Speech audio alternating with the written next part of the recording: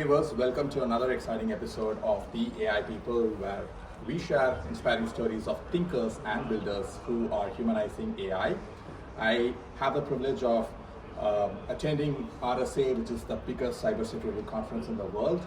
And 2026, obviously, what is top of mind of people is agentic AI, and I'm glad as part of AI People, we are starting a new series, AI and Security, and we have Andrew and Jeff today from Theori, who are going to talk about AI and security. Andrew, Jeff, why don't you kick us off with an introduction, and we'll go from there. Sounds good. Thanks for having us on. So I'm Andrew. I am one of the co-founders. I'm also the CTO here at Theori. We've been doing offensive cybersecurity services for about 10 years. And over the past 2.5 years, we've been trying to figure out how does AI change the way that people do offensive cyber. And I'm Jeff Martin. I'm the new VP of Product. I've been in AppSec for, I think, 3 centuries. It feels like that. And it's an exciting time to be in AppSec with all the AI revolutions that are happening in every aspect. That's awesome. And we have leaders both from the technical side of the fence as well as from the business side. So I think this conversation is going to be really great. I want to first start with broad stroke trends. Obviously, people come into RSA conference with some expectations, and they want to take away some key insights that they want to bring to their organization. So what are some of the key trends that you are seeing, and how did you gear up for this conference, and what really excites you about RSA this particular year, 2026? Definitely, as you said, everyone right now is thinking about how does the industry change, and I think as part of that, it's just not how does that affect my business, but that's also how does that affect my job, right? So, all of us are humans, we have jobs, we need to be able to put food on the table. And so, I think that's sort of a big piece of this is you have to figure out what needs to be automated, what can be automated, but also where is the human insight still very valuable. And so I think that's one of the things that's sort of important and on my mind as I come to RSA is I know that all the vendors here, ourselves included, right, are going to be talking about, okay, AI this, AI that. But the question still remains is just okay, where is the human insight in this? Where is that valuable? In making sure that we invest sort of human capital in the best place. Yeah, where's the people in AI? Yeah, the AI sure. people. But look, for me, the big change between last year, 25 and 26, is 25, everybody was talking about, everything's changing, everything is going to change. 2026 it's changed. Even the non-techies feel it, use it. It's clear that this isn't just a tech revolution, it's actually a cultural shift. That's great, yeah. So that's one thing that we believe at the AI People. AI has also become a fashionable element now. How you integrate as part of your culture, how you wear AI also defines you. And at organizations, all these LOBs are going strong with AI initiatives, and that is creating a lot of headaches or sleepless nights for the CISOs and CIOs. That's where really a company like yours comes into the picture to help organizations be successful at AI while at the same time protect their business interests.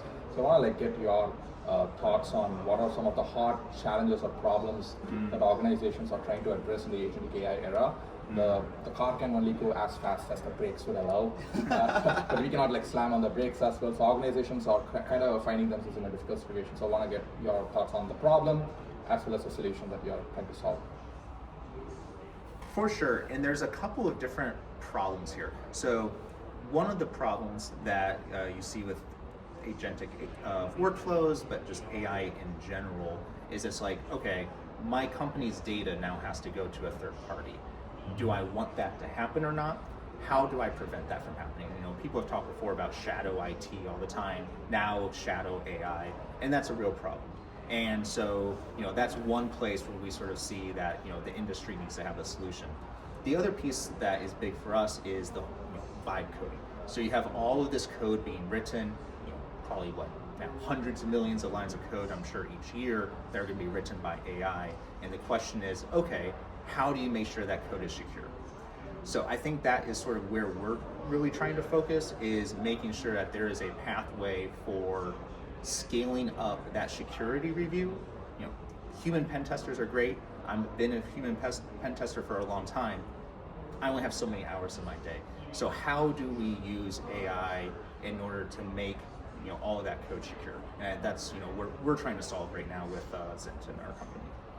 And I mean, in all honesty, this has always been a problem, right? Making sure the code is secure. And it's been accelerating for years because there's more code, there's more of a supply chain, it's a whole problem. AI just poured gas on that fire, right? Now, not only can you have one engineer creating the code that 10 engineers would create before, you've got schmucks with, wearing suits, sitting there writing their own. People who really might not have had any business coding before. So suddenly there's tons of code written by people who do not understand exactly what they're doing, but it still works, so they want to ship it, but that doesn't mean it's actually secure. That's great. And I want to start with Jeff here. So what are your customers, telling you when it comes to this particular challenge that they want to accelerate? And like you said, English right now is the language of code, and anyone who has a business idea, anyone who understands the business landscape, they are potential coders. So how are you how are you able to help your customers given this new paradigm? And if you could maybe share a specific instance of how you help a customer be successful. So it's funny because it's the same problem as before, right? Code has to be written securely and safely. You have to check that. You just can't do it at the rate that's happening with AI because it's being generated too fast. So the thing everybody needs is scalable automation, right? Anytime you have a human in the loop, everything slows down. Yeah. So that's what really the customers are saying. We need automated tools that can help us execute the processes we already have and do, but at the speed of AI. Got it. And Andrew, how are you kind of delivering on this value proposition, partnering with Jeff when it comes to product development, and also any new exciting capabilities that you're announcing that allows organizations to be able to automate at scale with less human intervention, so organizations can travel at the speed of AI advancement? For sure. I mean, we're here at RSA to announce Zint Code, which is our ability to be able to scan lots of source code. We're talking about millions, tens of millions of lines of code within hours, and that's just not something that a human would be able to do. But this isn't something that we just sort of invented 2 weeks ago. This is something we've been working on for 2.5 years. It was it started with DARPA. DARPA had a grand challenge in order to sort of apply AI to software. We participated in that. We took that core research and we are now putting it into a product that our customers are able to use. And we've seen a lot of success, which good in the sense that okay, our product works, it's finding vulnerabilities, but also bad in the sense of, oh my goodness, there's this many vulnerabilities out there. And so we think it's just really important that we can get this into customers' hands as quickly as possible, so that way they can sort of see what's out there and what's going to be able to sort of break their code. Got it. And I also have been hearing a lot about OpenClaw and new open source tools that kind of try to address similar challenges. Obviously, it's not giving the perfect solution that enterprise-grade customers are looking for. We would like to get your thoughts on how Theory is solving such a problem in a differentiated, unique way. I can feel the coming from you. You got something. So, I think that OpenClaw is a very, very interesting product that's come out. I mean, just I've been following it for probably 2 months or so. Just the speed of development of that was incredible. What it promises to do is incredible, but also then the security impact of it is also just, there's so much risk there. So I think it's just super important that before you use something like OpenClaw, that you really sort of think about okay, what risks are there? And the risks for something like OpenClaw are multifaceted. So it's no longer the case of, there's a bug in your code and that bug could cause a hacker to break in. It's now they sent you something in an email, and then that convinced OpenClaw to do something that you didn't intend.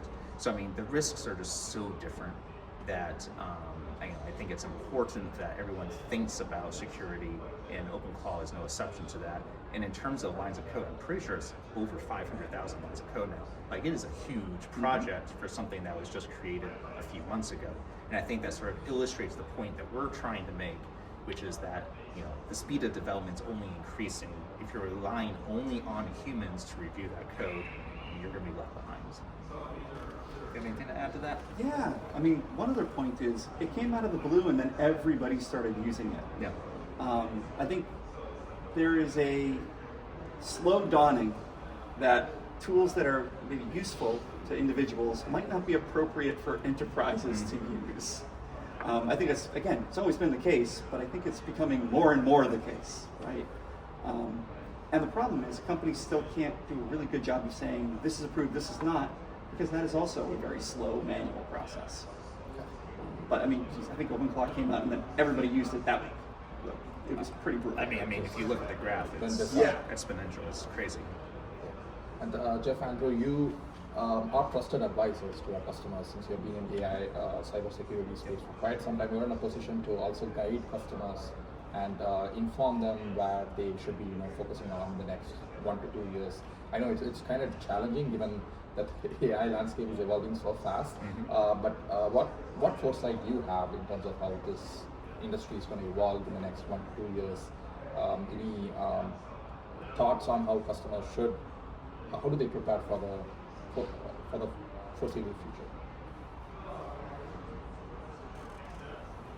I think the biggest thing that we want to help customers understand is that things aren't going to just completely change 180. It's not like this is like a new set of problems and you can just ignore all the old ones. This is all the old problems plus some new ones, and all the old ones, are now just accelerating and becoming 10 times bigger. So, in the example of our product, right, we find vulnerabilities automatically. There are now open source tools that are also trying to solve that same problem, and the bad actors are going to be using the same tools. So if you see news articles out there about bad actors using Claude already in order to be able to do some of these hacks. So it's not a different set of problems, maybe a little bit, but it's more just the same problems but 10 times. So you just need to figure out how you take your solutions before and then adapt them to this new environment. Yeah, and I'm going to risk saying a 4-letter word, process. Process is very important. Like I said, the guy in the suit coat.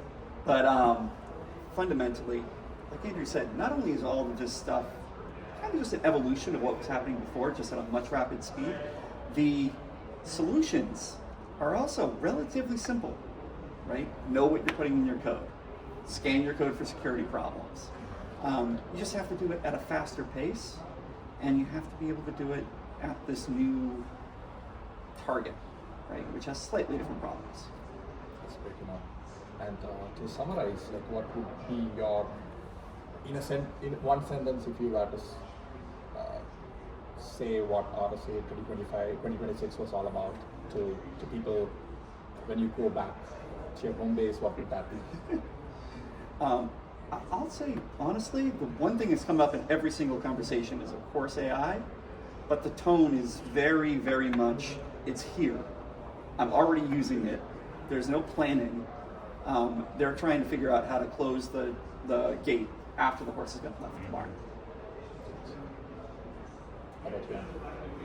Oh, I think I would mostly echo what Jeff said here, right? Which is that AI is bringing a lot of problems, and now it's about what are the solutions to those problems, and I think that's what RSA is this year. That's awesome.